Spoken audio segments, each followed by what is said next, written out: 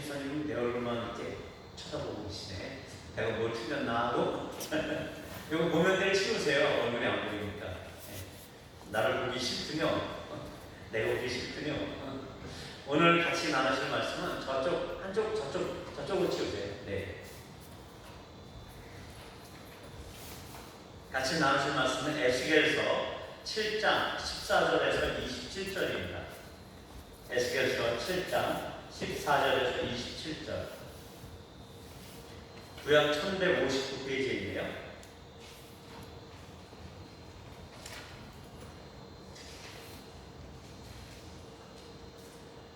자, 7장 14절에서 27절 제가 공독하겠습니다.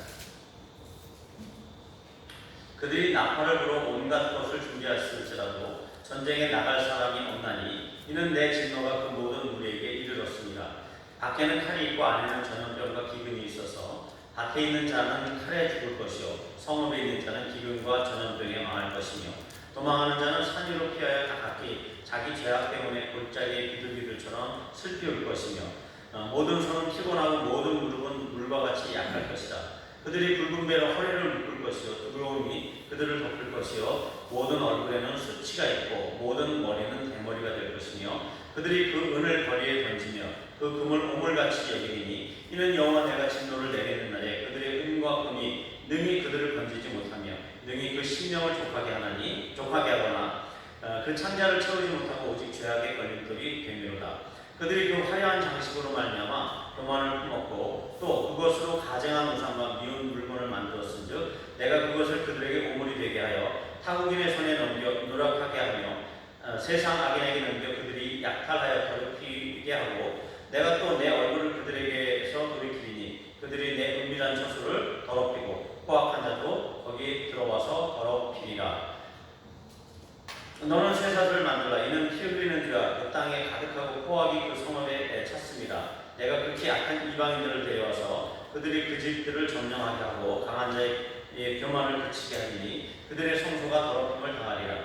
해망이 이르니 그들이 평강을 보아여도 없을 것이라. 환란에 환란이 더하고 소문에 소문이 더할 때에 그들이 선지자에게서 묵시를 구하나 헛될 것이며 제사장들에게는 율법이 없어질 것이요 장로에게는 책략이 없어질 것이며 마음은 애통하고 고관은 놀람을 못 입듯 하며 주민의 손은 떨리리라. 내가 그 행위대로 그들에게 갚고 그 죄악대로 그들을 심판하느니 내가 여호와인 줄 그들이 알리라. 아멘. 오늘 마지막 절 내가 여호와인 줄 그들이 알리라. 이 말씀은 6장에도 계속 나오고 있어요. 한 3번에 걸쳐서 나오고 있는데 오늘 6장과 7장에 대한 우리 묵상하고 있는 범위인데요. 6장과 7장에 대한 강해 설교로 오늘 정리를 해드리겠습니다. 그래서 열왕기서에 이어가지고 에스겔서에서 역시 이스라엘의 심판의 이야기만 지금 계속하고 있잖아요. 열왕기 뒷부분에서도 하나님께서 심판하신다 이런 얘기를 계속하고 있는데 지금 마찬가지로 에스겔서에서 역시 이스라엘의 심판에 대한 이야기만 하니까 좀 미안한 감이 있어요. 제가 뭔가 이렇게 여러분들에게 설교를 정지하는 것 같고 하나님께서 왜 이런 말씀만 하시지 라고 하는 이런 편협적인 생각을 가지실 수도 있고 그리고 또 우리 안에 있는 그 우상에 대해서 질책하는 그런 말만 하시니까 참 설교가 건조해질 수밖에 없거든요. 좀 좀 위로해주고 칭찬해주고 격려해주고 신앙에 대해서 독려해주는 그런 말씀도 많이 있는데 계속 심판과 질책에 대한 이야기밖에 하지 못하니까 조금 제 마음에 섭섭한 마음은 있지만 그렇지만 성경의 모든 말씀 안에서는 교훈과 책망이라는 말씀이 있잖아요. 그것을 담고 있기 때문에 그것을 수용해야 되는 것이 우리의 입장인 것 같습니다. 이제 우리에게 복과 화평의 말씀 이런 것들이 주어지는 그런 수준의 삶으로 가기까지는 이렇게 어떻게 보면 책망과 교훈에 대한 말씀이 계속 올라올 수도 있다는 거죠. 우리 안에 그래서 이런 복과 하나님의 어떤 평강과 이런 것들을 받을 수 있는 그런 심령이 되어서 그런 신앙의 상태로 우리가 올라서서 하나님의 그 놀라운 축복을 받는 복을 받는 그런 사람들이 되기를 축원합니다. 6장에서는 특히 반복되는 구절이 있다고 좀 아까 말씀드렸잖아요. 내가 너희들에게 있어서 여호와인 줄 알게 할지라 아니면 내가 여호와인 줄을 알리라 이런 말씀들이 세 번에 걸쳐서 6장에서 나오고 있어요. 그리고 6장 처음에 보면은 이스라엘의 산을 향하여 예언하라는 그 말씀을 그들의 하나님이 그토록 이렇게 미워하셨던 그 산당을 향해서 외치는 소리로 표현하고 있어요. 에스겔에게 이스라엘의 산을 향하여 예언하라. 이 말씀은 뭐예요? 그 산들 곳곳에 있는, 높은 산 곳곳에 있는 그 산당들에 대해서 이제 에스겔의 심판, 에스겔을 통해서 하나님의 심판을 예언하라라고 하는 말씀을 오늘 들려주고 있는 것이죠. 6장의 말씀들은 그 산당에 대한 말씀으로 시작을 하고 있어요. 그래서 이것은 하나님께서 엄청 미워하시는 것이다라고 우리가 열왕기서를 통해서 계속 이야기를 나눴잖아요. 그래서 하나님께서는 산당을 멸할 것이고 분향 제단들을 깨뜨리실 것이고 그들이 섬겼던 그 우상들 앞에서 너희들이 시체가 될 것이다. 그 우상들 앞에서 떨어질 것이다. 이런 이야기들의 심판을 하나님께서 선언하라고 하시고 있는 것입니다. 그래서 그럼에도 불구하고 이 산당이 계속 없어지지 않았던, 이스라엘 가운데 계속 남아있었던 이유는 이 산당 산업과 관련된 일이었기 때문에 그렇다고 했죠. 우리가 정치권에서도 그렇게 얘기를 하잖아요. 어떤 정치적인 것을 추진하려고 하다가도 민생의 문제가 걸려있게 되면 그 정치적인 부분들을 좀 뒤로 물리는 경우들도 있잖아요. 서로 다툼이 있고 쟁론을 벌이고 국회가 열리지 않고 이런 상황들 가운데서도 보통 뭐라고 해요? 이 민생의 문제는 먼저 해결하자, 이런 얘기도 있잖아요. 이 산당도 어찌되다 보니까 이제는 산당이 산업화가 된 거예요. 그쪽에서 종사하는 사람들도 많아지고 그쪽 우상들을 만드는 사람들도 많아지고, 그러니까 이들이 갖고 있었던 그 은금을 가지고 그런 데다 소비를 하게 되고, 이런 소비 산업이 유행이 되다 보니까 이 산당 산업 때문에 산당이 좀처럼 물러나지 않았단 말이에요. 좀처럼 폐파될 수가 없었어요. 히스기야나 요시야 같은 왕 외에는 이런 것들이 적극적으로 폐파될 수가 없었던 상황이죠. 그리고 돈이 하나님을 신앙하는 것보다 더 중요한 그 인물들에 의해서 이 종교계가 이제 붙들려 있게 된 것이죠. 붙잡혀 있게 된 거죠. 몇몇 이 종교계를 관여했던 사람들이 장로가 되어져 가지고 결국은 이런 것들이 종교계에 들어오게 된 거예요. 국내에 있는 우리 교인들 중에서도, 한국 교회 중에서도 이런 일들을 많이 보잖아요. 몇몇 재물이 있는 몇몇 장로님들이, 아니면 그런 분들이 교회를 좌지우지하고 그런 일들이 있게 되잖아요. 그런 것처럼 돈이 하나님보다 더 높아져가지고 하나님에 대한 신앙보다 돈을 쫓는 사회가 되다 보니까 이렇게 산업을 통해서 종교계가 붙들리게 된 것이죠. 그래서 산당의 그 진모습은 겉으로는 하나님을 믿는다 하면서 그 내면은 하나님보다 더 음란한 것을 갖고 있는 거예요. 예를 들어서 우리가 부인이 있다고 생각을 해요. 부인이나 남편이 있는데 겉으로는 부부 생활을 잘 하고 있어요. 그럼에도 불구하고 어때요? 뒤로 속마음은 다른 여인을 사랑하고 다른 남자를 사랑한다. 이거 있을 만한 일이에요? 그럴 수 없잖아요. 하나님은 그 마음의 중심을 보시는 분이기 때문에 하나님을 사랑하는 것처럼 어떻게 겉으로는 혼인관계에 있다라고 하지만 그 속마음은 여전히 다른 걸 사랑하고 있는 거예요. 우리 기독교인으로 따지면 어떤 거죠? 세상적인 것, 세상에 있는 갖가지 일들, 추상적인 것일지라도, 눈에 보이지 않는 것일지라도 그런 세상에 있는 것들이 있잖아요. 어떤 것들이 있을까요? 명예, 이런 것도 눈에 보이지 않지만, 어떤 정치를 쫓는 것, 이런 것도 눈에 보이지 않지만 이런 것들을 쫓는 것. 정치에 한번 빠진 사람들은요, 그 정치 권력을 얻으려고 엄청나게 몰입이 돼 있어요. 그리고 그 정치권을 떠나지 못하는 모습들을 많이 보거든요. 이런 것들, 어떤 경우는 학식이 될 수도 있죠. 자기가 갖고 있는 지식, 자기 전문 분야에 있어서 자기가 베테랑이다. 이런 것들을 하나님과 비교해서 내가 하나님을 선택할 것이냐, 이 지식과 자기 전문성이 있는 이런 학문 분야를 선택할 것이냐라고 했을 때, 대부분의 어떤 오랫동안 이쪽 업종에 종사했던 사람은 하나님을 선택하지 못하고 계속 그쪽 업종을 고집하는 사람도 있을 거란 말이죠. 이런 것처럼 하나님보다 더 음란하게 그 속 안에서 어떤 것을 품고 쫓는 그 이중적인 신앙의 태도 때문에 이런 혼합적 사상들을 하나님께서 더 미워하신다는 거예요. 그 왜 덤이었을까? 그나마 하나님을 믿으면 그래도 하나님 감사해야 되는 거 아니에요? 이렇게 얘기할 수도 있지만 이것은 하나님의 미움을 극도로 일으키는 그 원인이 뭐냐면 대충 세상의 재물이나 세상의 그 존재들, 뭐 아까 말씀드린 것처럼 뭐 권력과 정치나 뭐 어떤 유행이나 소유욕이나 집착이나 어떤 중독들 이런 것들이랑 하나님께서 우리가 그렇게 그런 것들과 결탁해가지고 적당하게 하나님을 믿는 사람으로서도 이렇게 어떤 일종의 어떤 중독, 어떤 집착 이런 것들을 갖고 있는 사람이다라고 하면 오히려 하나님을 안 믿는 것이 나을 수도 있다라는 그 이야기를 왜 하냐면 아주 안 믿고 심판받는 것이 믿고 타락하거나 하나님을 배반하는 것보다 모양새가 더 좋기 때문에 그래요. 아니 애초부터 하나님을 안 믿으면 돼요. 그럴 사람들은 하나님 세상과 적당하게 타협해가지고 그냥 지금도 두리뭉실 이것저것 같이 하려고 하면 아주 안 믿는 게 낫다는데 우리가 믿고 하나님을 믿는다고 했는데 끝에 가서 보면 안 믿는 것으로 판단이 돼가지고 내가 그때 주여 내가 주님을 위해서 이것도 하고 저것도 했는데 하나님께서 주님께서 내가 너를 도무지 알지 못한다 이렇게 하면 어떻게 할 거예요? 더 원통할 거 아니겠어요? 예. 그러니까 확실하게 하자는 얘기죠. 모양새가 빠진다는 얘기예요. 그러니까 믿는 사람일수록 그러니까 세상과 적당히 타협하고 조금씩 섞여 들어오는 거 이런 거 하지 말자 이런 것들 좀 보자는 얘기죠. 저 같은 경우도 요즘 우리 김선희 전도사님이 교회 이제 겨울이 되니까 김치를 해서 김치 냉장고에 보관을 해야 되는데 저 김치 냉장고 보시면 알겠지만 오래된 거잖아요. 기능에 문제가 없지만 김치를 보관해야 되는 이제 냉장고가 더 필요한 거예요.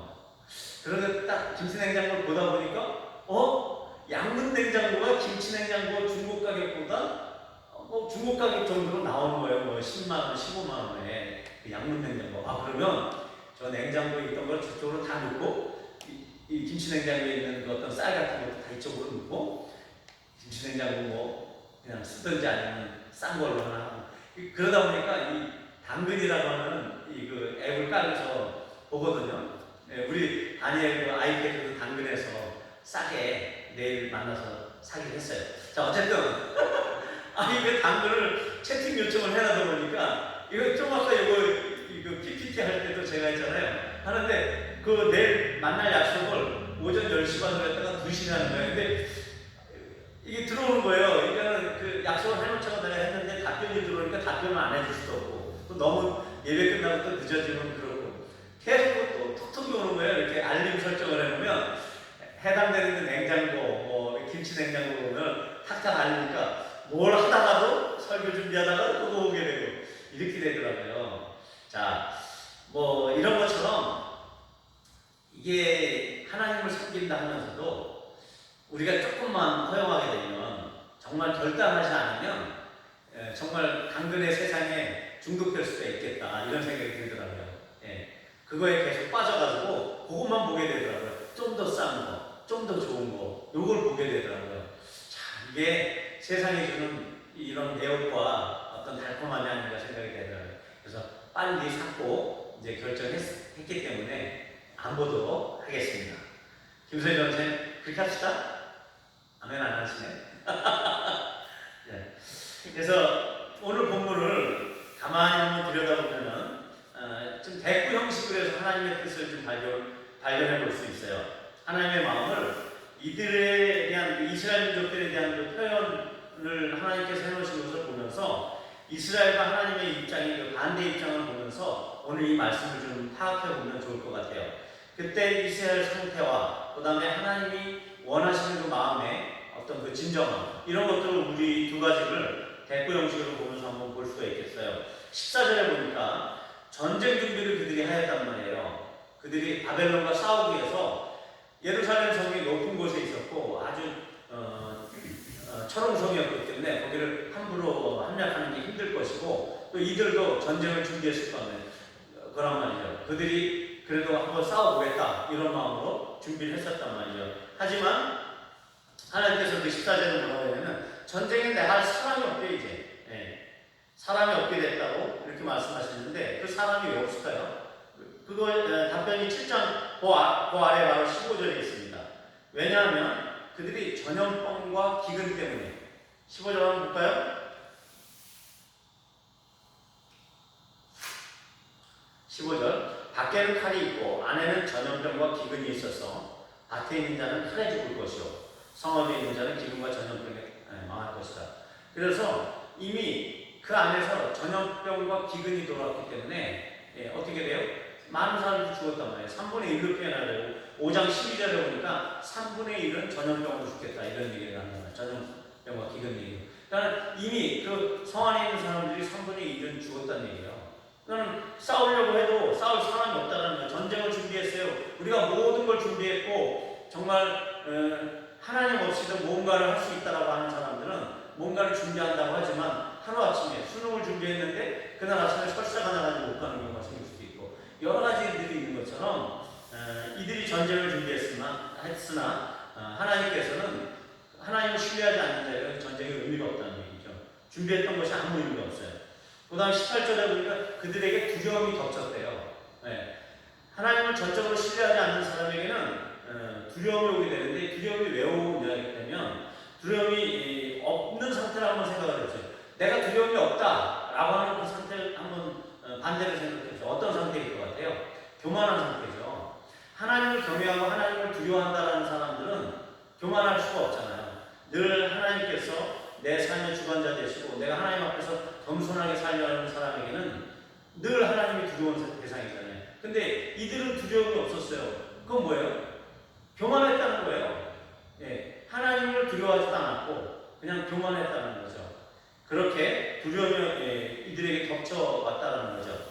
그들의 두려움이 없는 상태에서 이제는 두려움이 온 상태를 얘기합니다.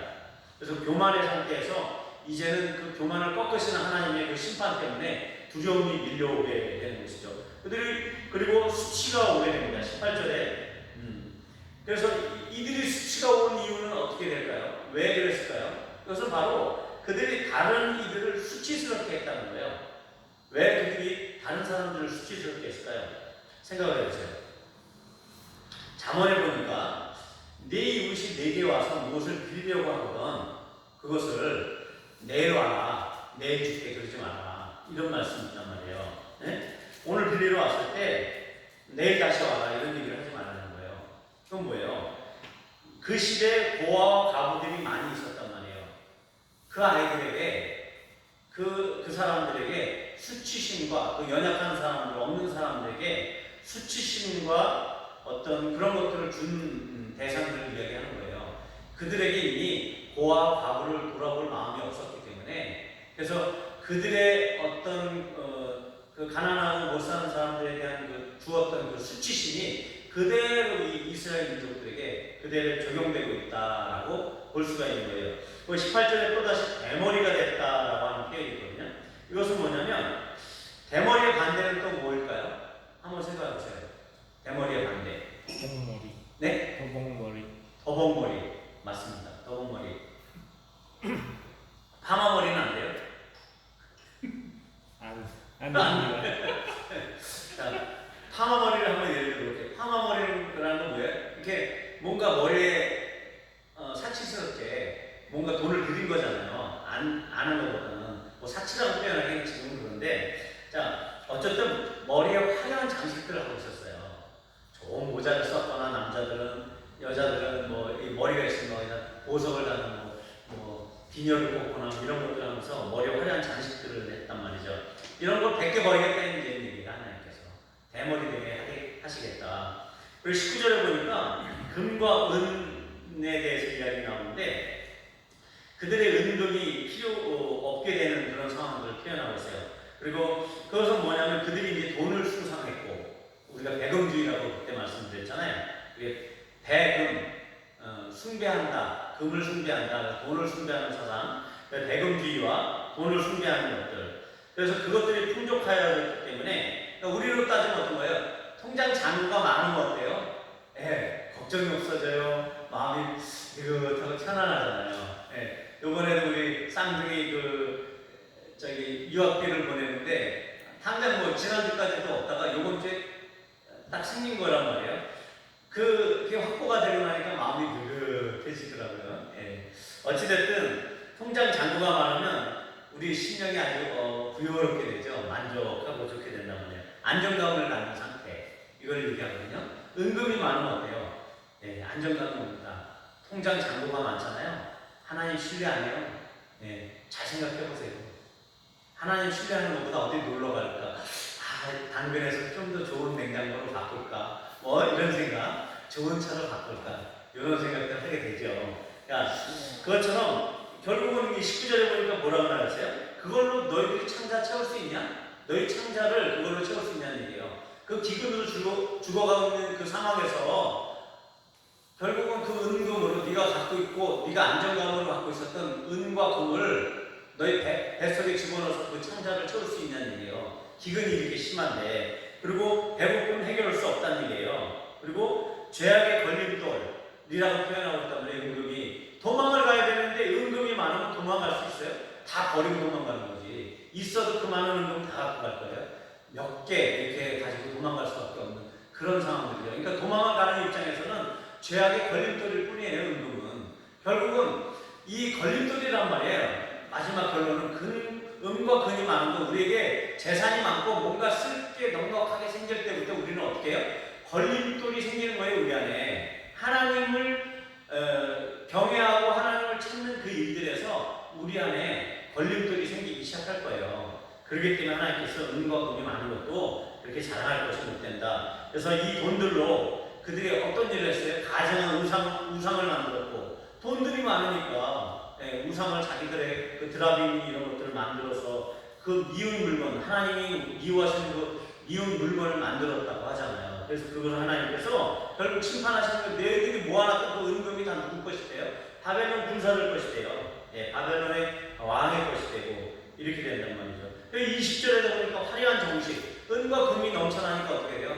자기들이 꾸밀 만한 화려한 장식들, 좀 더 좋은 냉장고, 좀 더 좋은 차 이렇게 가는 거예요. 부자가 뭐 마세라티 타지 우리 같은 서민들이 뭐 마세라티 탈 수 있어요? 은과 금이 많으니까 좀 더 좋은 거, 좀 더 안전한 거, 좀 더 스피디한 거 이런 거 사는 거죠. 이런 화려한 장식이 바로 은과 금으로부터 나온 것인데, 이 화려한 장식, 이것은 어떻게 표현할 수 있냐면 인간을 꾸미는 거란 말이에요. 결국은 이 화려한 장식 자체가 사람을 교만하게 만들어요. 교만을 품게 하는 원인이 바로 화려한 장식이에요. 예를 들어서 내가 얼굴이 좀 잘생기고 요번에 파마를 했는데 아주 잘 나왔어. 그렇다고 하면 어떻게 해요? 내 이쁘네? 나 이렇게 보니까 이쁘네? 이런 생각이 들잖아요. 내가 얼굴이 그래도 남들보단 잘생겼네. 누구에게 칭찬을 듣잖아요. 그렇게 되면 내가 진짜 잘생긴 것 같아. 그렇게 되면 어떻게 해? 마음이 교만해지게 되는 거예요. 왕자병 생기고 또 공주병 생기는 겁니다. 그래서 인간의 아름다움, 인간의 어떤 명예, 인간이 갖고 있는 이 비교의식이 우리 인간 속에 들어오잖아요.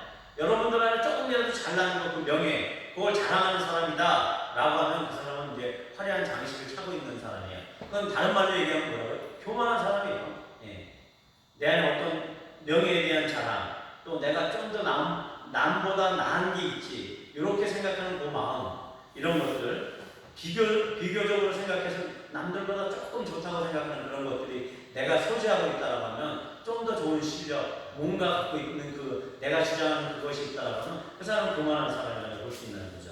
결국 금과 은과 이 보석들의 그 화려한 장식, 이런 것들이 어떤 그 타국인의 손에 넘겨진다. 그래서 악인의 손에 넘겨져 버린다. 세상 악인의 손에 넘겨지게 된다. 이런 얘기들을 하고 있어요. 이스라엘 사람들에게는 또한 자기들이 오물처럼 여기게 된다. 그 은과 금이 이제 도망가고 쫓겨가야 되는 그런 상황에서 아주 오물이나 마찬가지예요. 혐오스러운 거죠. 이걸 내가 그토록 애써서 모았는데 이걸 두고 가야 되다니, 도망가야 되다니, 그것 앞에서 내가 죽임을 당하게 되다니, 이거 오물처럼 생각될 수밖에 없는 거죠. 아주 지저분한 오물이 돼버린 거예요. 그래서 또한 그들의 성소에 대해서 이야기하고 있어요. 그들의 성소, 이게 25절인가 24절에 나와 있을 텐데, 그들의 성소에 대해서 나오고 있는데, 거기에 대한 반대 개념은 하나님의 은밀한 처소로 표현되고 있어요. 하나님의 은밀한 처소는 어떤 거였죠? 지성소잖아요. 그래서 또 하나님의 은밀한 처소에 반대되는 그들의 성소, 이스라엘 그 사람들의 성소는 뭐였죠? 우상의 성소를 얘기하는 거예요. 그들이 섬겼던 우상의 자리, 산당이나 그들이 갖고 있었던 그 드라빔을 세워놨던 그들의 방이나 이런 그들이 은밀히 섬겼던 그 성소들, 그것에 반대된 하나님의 그 은밀한 처소가 더럽혀졌다. 이렇게 표현하고 있다네. 왜? 그들이 그들의 성소에서 섬겼던 우상 때문에 하나님의 성소가 더럽혀진 거죠. 그리고 이미 그 더럽혀진 것 때문에 하나님께서는 이미 우리가 아까 혼합주의에 대해서 얘기했잖아요. 산당에 있어서 혼합주의처럼 하나님 앞에서 100%가 아닌 그 신앙은요, 이미 조금이라도 1%라도 더럽혀진 그 신앙은 하나님 앞에서는 쓸모가 없는 거예요. 그래서 하나님이 그 조금 더럽혀진 그 상태에서 완전히 더럽혀지도록 그 이방인들에 의해서 그 성소가 완전히 무너지고 더럽혀지도록 그렇게 만들어버린다고 하는 이야기가 오늘 등장하고 있는 것입니다. 또 한 가지 아주 대표적으로 보면 우리들의 상태를 잘 볼 수가 있는 것이죠. 그들이 또한 이스라엘 민족들이 피 흘리는 죄에 대해서 이야기하고 있어요. 23절에 피 흘리는 죄가 그 땅에 아주 가득했대요. 그리고 포악이 성읍에 가득 찼다 이렇게 얘기하고 있어요. 아주 풀로 차는 거예요. 아주 속된 말로 만땅이에요. 만땅. 피 흘리는 죄가 가득했다. 이게 왜 피를 흘렸을까요? 그래서 그 피를 흘렸기 때문에 그 피 흘림에 대한 피로 갚으신다라고 하는 이미지가 들어가 있는 거예요. 너희가 다른 사람들의 무고한 피를 흘렸기 때문에 내가 그 피로 갚겠다라고 하는 것을 오늘 보여주고 있는 것입니다. 어떤 사람들의 피를 흘렸죠? 우선적으로는 선지자들의 피를 흘렸겠죠. 그 다음에 연약하고 힘없는 자들의 그 어려움들을 보면서 그들을 죽음으로 내몰았다라고 현대어 성경에 아까 보니까 표현되어 있더라고요. 그들이 뭐 일부러 내몰지 않았을 경우도 있겠지만 어떤 경우는 힘없는 자들에 대해서 무시하고 돈을 빌려달라고 해도 돈을 빌려주지 않고 이런 것들 때문에 결국 굶어 죽거나 아니면 여러 가지 상황들 가운데 이제 죽었을 수도 있죠. 요즘은 자살도 많이 있고 재정적인 문제 때문에 자살하는 사람들도 많이 있잖아요. 그런 것처럼 뭔가 이들에게 연약하고 힘없는 자들을 향해서 그들의 그 어떤 곤란함에도 불구하고 그거를 구하고 그 시대의 정책을 주관하는 자들이 그걸 돌아보지 않냐고 그대로 방치해둠으로 인해서 그들을 죽음으로 내몰았을 수도 있다는 거죠. 이런 것들을 볼 수 있어요. 1년 안에 우리가 그 아이를 낳고서 한국에서 그 아이들을 이제 베이비를 이렇게 담는 바구니가 있게 하고 있다고요. 그런 베이비 박스. 오케이. 베이비 박스가 있는데 거기에 아이들이 미혼모나 아니면 이제 버려지는 아이들이 있대요. 그 버려지는 아이들이 한 3,000몇 명 정도 나온다고 하더라고요. 그런 것처럼 그들을 돌아보지 않게 되면 어떻게 돼요? 그 어린아이들이 피덩이가 되는데 그나마 베이비 박스가 있고 나라에서 그것들을 이렇게 케어할 수 있도록 해주고 아니면 그런 민간단체들에서 그것을 케어해주고 있기 때문에 그나마 다행인데 이런 부분들처럼 우리가 신경 쓰지 않는 것 가운데 결국은 그 사회가 공동체적으로 그 사회에 일어날 수 있는 이런 생명을 빼앗기는 이런 일들, 이런 것들을 돌아보지 않게 됨으로 인해서 결국은 그 피가 무고한 피들이 흘리게 되는 그런 상황들이 있는데 이것이 이미 그 사회에 가득 찼다는 거예요. 우리 사회도 그렇게 된 거예요. 이 생명을 갖다 버리는 거예요. 이게 피 흘리는 죄지 뭐겠어요. 예, 낙태 이런 것도 피 흘리는 죄죠. 그 다음에 포악이 성읍에 가득 찼다. 특히 우리가 운전할 때 포악하잖아요. 서로 막 싸우고. 예? 지난번에 운전하고 가는데 좀 늦게 가요. 그래가지고 답답해가지고 확 가려고 하다 보니까 노인네 같았습니다. 이렇게 되는 거예요. 그럼 나이 든 사람이